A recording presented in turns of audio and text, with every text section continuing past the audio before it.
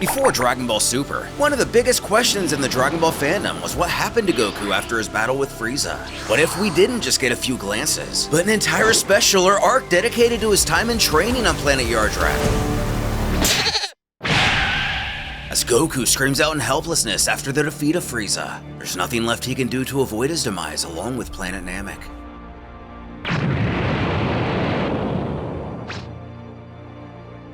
He can only think of his wife, son, and all of his friends at this time. He's sorry he didn't get to say goodbye to all of them. But it's too late. He can never get off this planet now. It seems like he'll die with this world, but at the very least, he takes solace in the knowledge that he was able to rid the universe of that tyrant. When he spots something, a space capsule. It looks similar to the one he saw Vegeta use. Snapping back into action, this might be his only chance. He jumps into the vessel and happens to hit the correct buttons to close the door, though not knowing anything about how to work ships like these.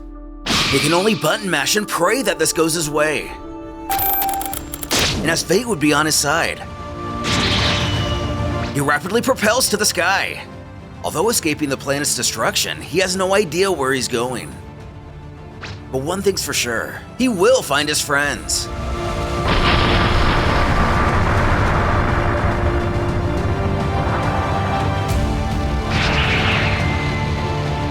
It wouldn't take long for Goku to soon drift off into a deep slumber. Unbeknownst to him, the space capsule is leading him to a strange planet. 6 days into his journey.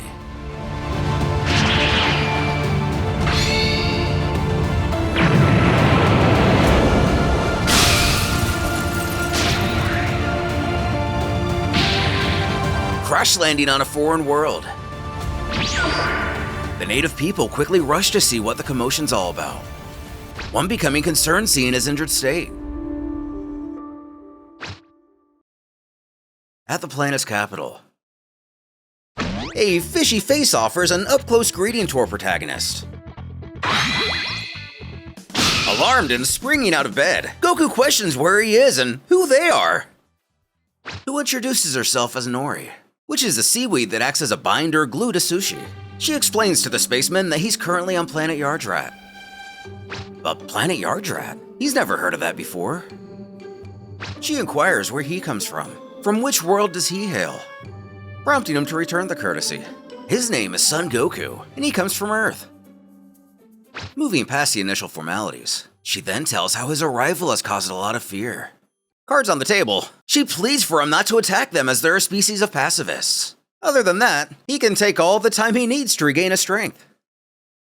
While likely not the wisest of words to say to a possible barbaric invader, Goku assures they have nothing to worry about. He just wants to get back home. Giving Nori the segue needed to offer him a new outfit. His previous clothes have been torn to pieces. Disrobing, the alien quickly makes her coyness known. Leave it to Goku to go full pickle in front of a complete stranger. Though, perhaps his carefree attitude has had an unintended consequence on his new friend. She's hypnotized! Ball struck! He makes the Yardrat outfit look good, and she thinks she's found her Prince Charming. But socially ignorant, he's gotta admit that it's actually a little uncomfortable. It'll take some time to get used to. What does she think? Who cuts right to the chase and demands that he engage his mandibles and kiss her. But no, he doesn't want to. Somehow moving faster than the speed of light, Goku jets away from the awkward situation as quick as he can, pleading for help from anyone around just to get him out of here. Finding the exit, if he can find the ship that brought him here, he can leave and before she materializes out of thin air using a new ability we've never ever seen before. Using the same paralyzing technique as Goldo, Nori catches the Saiyan by surprise and freezes him in place. And for someone who really seems to want to do some PG-13 things to Goku, this is coming off pretty Cosby.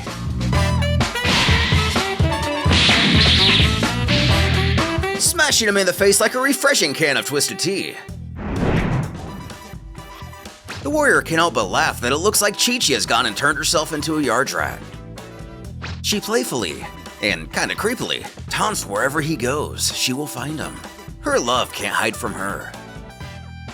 But someone else teleports to the area to scold the Yardratian. He tells her to leave the Saiyan alone and stop bothering him, prompting her to bid him goodbye for now.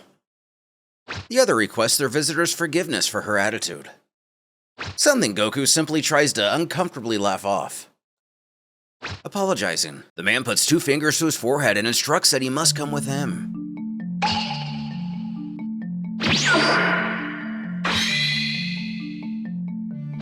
Teleporting the 2 of them to a new location, we find a different type of life form. At least, he doesn't appear to be of Yardrat descent. He turns to our hero with a question. Is he a member of the Ginyu Force? But not at all. He has nothing to do with Ginyu and his men. If that's the case, why did he arrive in one of their ships? Something that's easily explained away. When he commandeered it, he actually didn't know whose it was. They came to Namek and he defeated them before one of his allies, referring to Vegeta, killed them all. What? The Ginyu Force has been defeated? Just who is this guy? As always, Goku merely introduces himself by name and a Saiyan from Earth. Which, at least according to their information, that's impossible. The Saiyans all died from a meteorite strike, a hoax that meant a lot more to any Saiyan not named Goku, who only quips, and yet here I stand. The alien then believes that if he's still alive, he must not have met the tyrant of the universe yet. Though he means Frieza, doesn't he? It was probably the most difficult fight of his life. Their battle tore the planet asunder, but eventually Frieza's pride got the better of him. He died along with the planet that he chose to destroy. Still in disbelief at all these wild claims. But if true, the invincible Frieza has been vanquished. What sort of power does this man possess? He tells Goku that he's eternally grateful for taking out these threats. His name is Soba. He comes from Yardrat's cousin planet. One day, the Ginyu Force landed on his world and exterminated the population. He fought them with everything he had, and although he was able to take one of them down. Which is how you build lore, Broly! Which actually did a pretty great job other than this little bit. The rest overwhelmed him and left him for dead. He managed to reach Yardrat with one of the ships they left behind. The Yardrats avoided being exterminated by Frieza's family by offering spacecraft maintenance services. It was a fragile peace at best. He knew that one day, the Yardrat people would once again be in danger. He had to become stronger to protect them. For Goku to take down Frieza, he must wield unimaginable power. Soba reaches out his hand to express that on behalf of the Yardratian people. He thanks him for freeing them all. Pretty much ignoring the gratitude, the Saiyan wants to ask him something. Could he teach him that teleportation technique? The one the other used to zap the both of them here. Soba apologizes, but he himself doesn't know how to do that. Yardratian tradition demands that it must be taught by the wisest among them, but he's been in hiding since Soba himself made a deal with Frieza's family. The visitor is welcome to stay as long as he wishes if he wants to seek him out. Immediately dashing off, Goku thanks him and begins a search.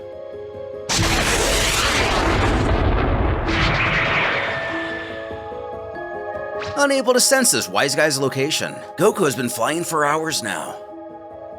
Spotting a delightful-looking, blood-colored lake, he figures he should take a break and this place looks perfect. Landing, it's time to stretch a little. On a familiar-style ship out in space. Someone zips into the presence of none other than King Cold. The Overlord hisses to know who dares approach him so unannounced. He can give up all hope of ever leaving here alive. Revealing the Yardrat from Oh, I remember you. Shaking in his boots, Cold against a man to know who he is to disturb him. The Yardrat offers his greetings and regrets for the intrusion, but he has some very important information to pass on to him. Listening, the king scolds that it better be worth his life. A few days ago, a stranger crash-landed on planet Yardrat. He appeared on a ship belonging to the Ginyu Force. This stranger identifies himself as a member of the Saiyan race, and claims to have defeated the Ginyu Force. The demon only scoffs at this. The Ginyus would have done well to focus on their training rather than indulging in their lust for pointless traumatic flair. However, this isn't all. The same could be said for Lord Frieza. What? Frieza defeated by a lowly Saiyan monkey? Impossible! Good old Ratface tries to quiver out an apology, but he's only the messenger. Cold curses those filthy apes. He will not allow their family name and empire to both be stained by simian swine. He will kill every last one of those bastards! As for the Yardrat, he remembers saying that he wouldn't leave here alive.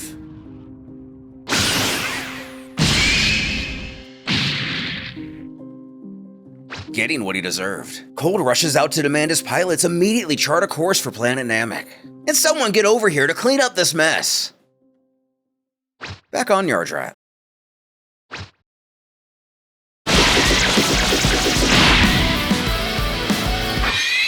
Suddenly feeling an intense ki. Where is it coming from? Strange. Goku thought he was alone out here. Could it be that wise old man Soba told him about? His ki disappeared again. He can control it. So our hero's gonna have to force him out of hiding.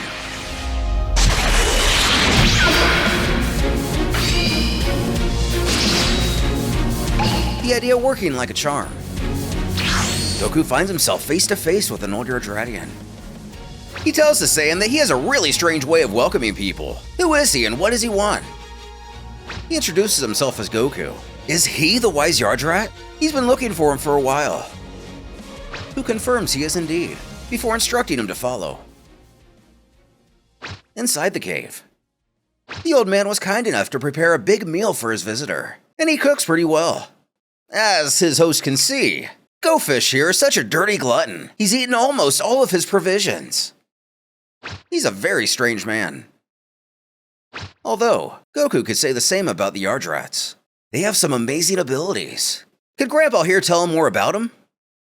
But Grandpa, the name is Hushu. Those abilities. He himself was the one who taught them to the others. Without him, the Yardratian people would be doomed. He defended the people here against invaders who would come seeking colonization of the planet, or coveted their teleportation techniques. He continued this role until the day he met Soba. He felt he had the makings of a leader. So after a while, he let him take his place. But when he found out that he had abdicated his responsibilities, after facing the Ginyu Force, he felt tremendous shame.